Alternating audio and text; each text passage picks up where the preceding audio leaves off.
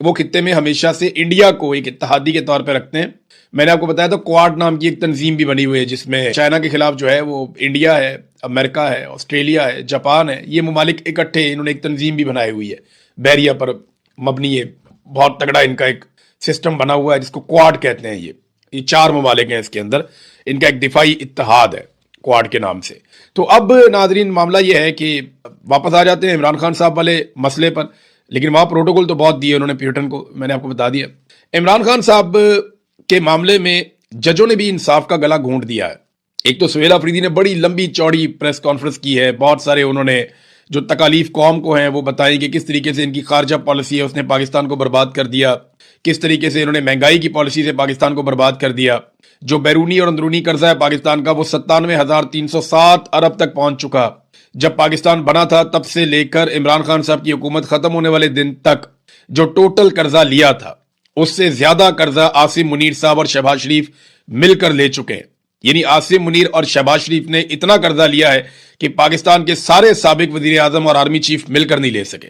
ایک طرف آپ پاکستان کے سارے سابق آرمی چیف, سارے ڈکٹیٹر اور سارے آپ وزیر اعظم رکھتے ہیں ایک طرف, اور ان سب کا قرضہ ان کے ساتھ رکھ دیں, تو دوسری طرف عاصم منیر اور شہباز شریف کو آپ رکھ دیں اور ان کا قرضہ رکھیں تو ان کا قرضہ جیت جائے گا. ان کا وزن زیادہ ہے, ان کا پلڑا جھک جائے گا, اس لیے کہ انہوں نے زیادہ قرضہ پاکستان کے اوپر چڑھایا ہے.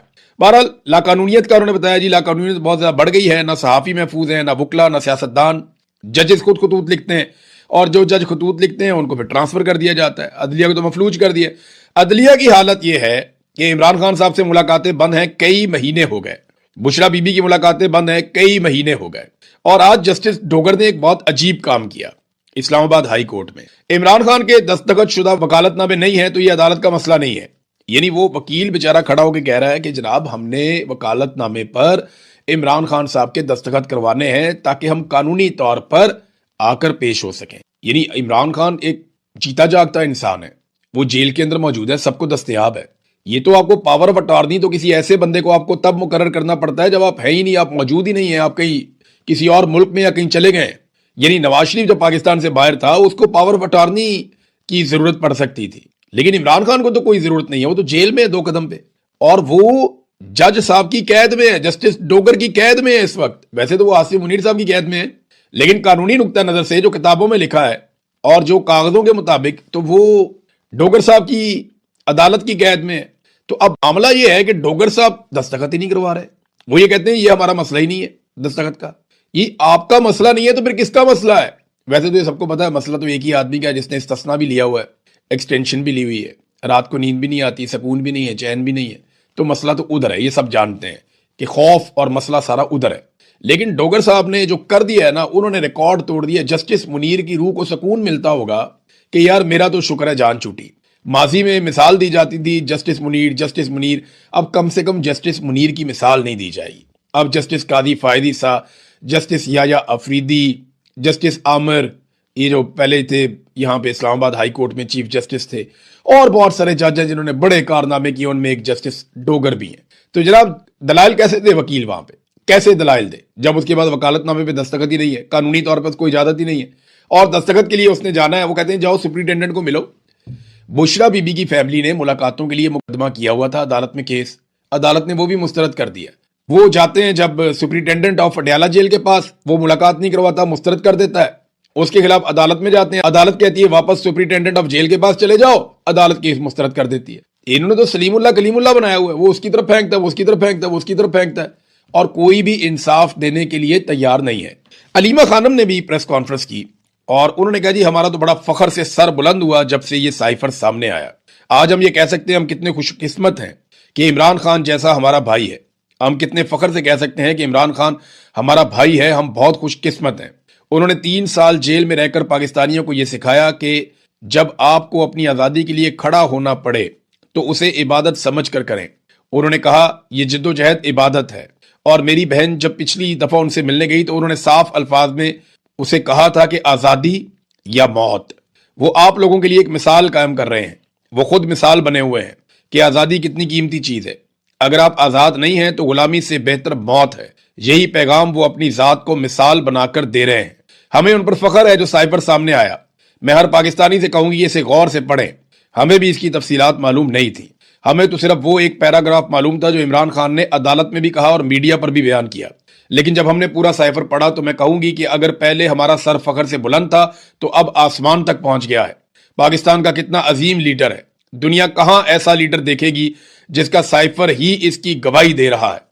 یعنی عمران خان صاحب نے جو 4 سال پہلے کہا وہ گواہی سامنے آ گئی، جرنیلوں نے جو بیٹھ کے ٹی وی کے اوپر کہا یا نیشنل میڈیا کے اوپر جرنیلوں نے جو کہانیاں سنائی وہ ساری جھوٹی ثابت ہوگی۔ اور مزے کی بات آپ یہ دیکھیں کہ کوئی بھی میڈیا اس کے اوپر بات ہی نہیں کر رہا، کوئی نہیں پوچھ رہا کہ جنرل باجوہ نے جھوٹ کیوں بولا، جنرل بابر افتخار نے جھوٹ کیوں بولا، جنرل ندیم انجم نے یہ ساری چیزیں کیوں کی، یہ لوگ جھوٹ کیوں بول رہے تھے، D G I S P R نے جھوٹ کیوں بولا، یہ جرنیل اور یہ سیاستدان سارے جھوٹ بول رہے تھے سائفر کے معاملے پر، قوم کو گمراہ کر رہے تھے، پاکستان کا میڈیا انہیں اکاؤنٹیبل نہیں کر رہا۔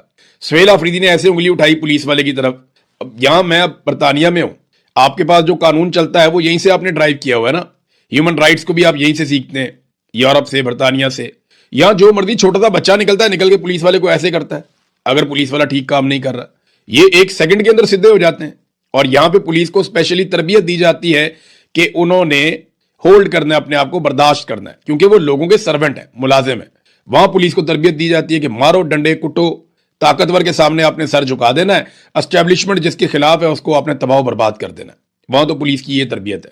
یہاں جو ہے وہ آپ دیکھ لیں ہر آدمی برابر ہے ان کی نظر میں، آپ کے ساتھ کوئی زیادتی کرے آپ کھڑے ہو کے وہیں پہ پن پوائنٹ کر سکتے ہیں، آپ ڈانٹ سکتے ہیں، آپ کے پاس یہ اختیار ہے، آپ سوال کر سکتے ہیں۔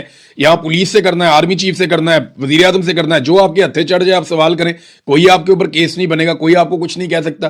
نہیں سمجھ آتی ان کا قانون گوگل کر کے دیکھ لیں، ان کو تحفظ ہے ہر چیز کا، آزادی اظہار رائے میں۔ تو حمزہ شہباز نے بھی تو انگلی اٹھائی تھی ایسے کر کے پولیس والے پہ، اس انگلی کا کبھی کسی نے تذکرہ نہیں کیا۔ اور بھی بہت لوگ ہیں، شہباز شریف کی بھی انگل ہوتی تھی، وہ بھی اٹھاتا تھا، کبھی کسی نے تذکرہ نہیں کیا۔ مریم نواز بطور ملزمہ جاتی تھی تو پولیس والے ان کو سلوٹ مارتے تھے، زمین سے چیزیں اٹھا کے دیتے تھے، اس کو بھی کسی نے کبھی تذکرہ نہیں کیا، رولا نہیں ڈالا۔ تو یہاں پہ وہ پولیس والے کو کہہ رہا ہے کہ کیا تم ملک توڑنا چاہتے ہو، نفرت کیوں بڑھا رہے ہو، تو اس کے اوپر رولا ڈال دیا۔ انہیں گولیاں لگی ہیں اس کے اوپر کوئی نہیں پوچھ رہا، انہوں نے انگلی کے ساتھ اشارہ کر کے اپنی آواز اٹھائی ہے تو کہہ رہے جی انگلی کیوں اٹھائی ہے۔ حد نہیں ہو گیا ویسے پاکستان میں، حد ہی ہو گئی ویسے، ہیومن رائٹس تو بالکل پاکستان میں ختم ہی ہو گئے ہیں، اور حالات پاکستان کے بد سے بدترین ہوتے چلے جا رہے ہیں، کیونکہ ایک کے بعد ایک ریکارڈ موجودہ حکمران توڑ رہے ہیں۔ مثال کے طور پہ یہ آپ دیکھیے، عاصم منیر اور شہباز شریف صاحب نے، میں نے آپ کو بتایا، قرضے کا ریکارڈ تو لے لیا۔ اب یہ اگلی خبر لیں آپ، پچھلے سال کی نسبت اس سال جو پاکستان میں غیر ملکی سرمایہ کاری آئی ہے وہ 46 گنا کم ہے۔ 46% نہیں کہہ رہا میں، 46 گنا کہہ رہا ہوں میں، 46 ٹائمز۔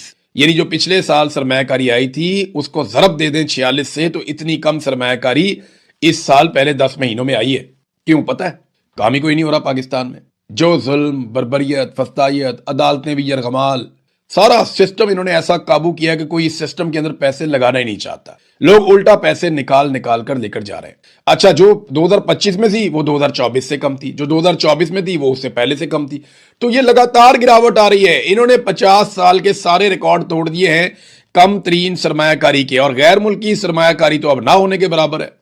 میڈیا یہ باتیں آپ کو نہیں دکھاتا، کیوں نہیں دکھاتا؟ اس لیے کہ وفاقی حکومت نے الیکٹرانک اور پرنٹ میڈیا کو 9.5 ارب روپے کے اشتہارات دے دیے، 950 کروڑ میڈیا میں بانٹ دیا انہوں نے۔ یہ وہ پیسہ ہے جو سیدھا سیدھا بانٹ دیا، اور ویسے جو مفادات، جو فائدے، میڈیا کے بڑے بڑے مالکان، بڑے بڑے لوگ جو فائدے لیتے ہیں، جو اپنے کام نکلواتے ہیں، جن میں وہ اربوں روپیہ کماتے ہیں، وہ اس سے ہٹ کر ہے اور وہ اس سے الگ ہے۔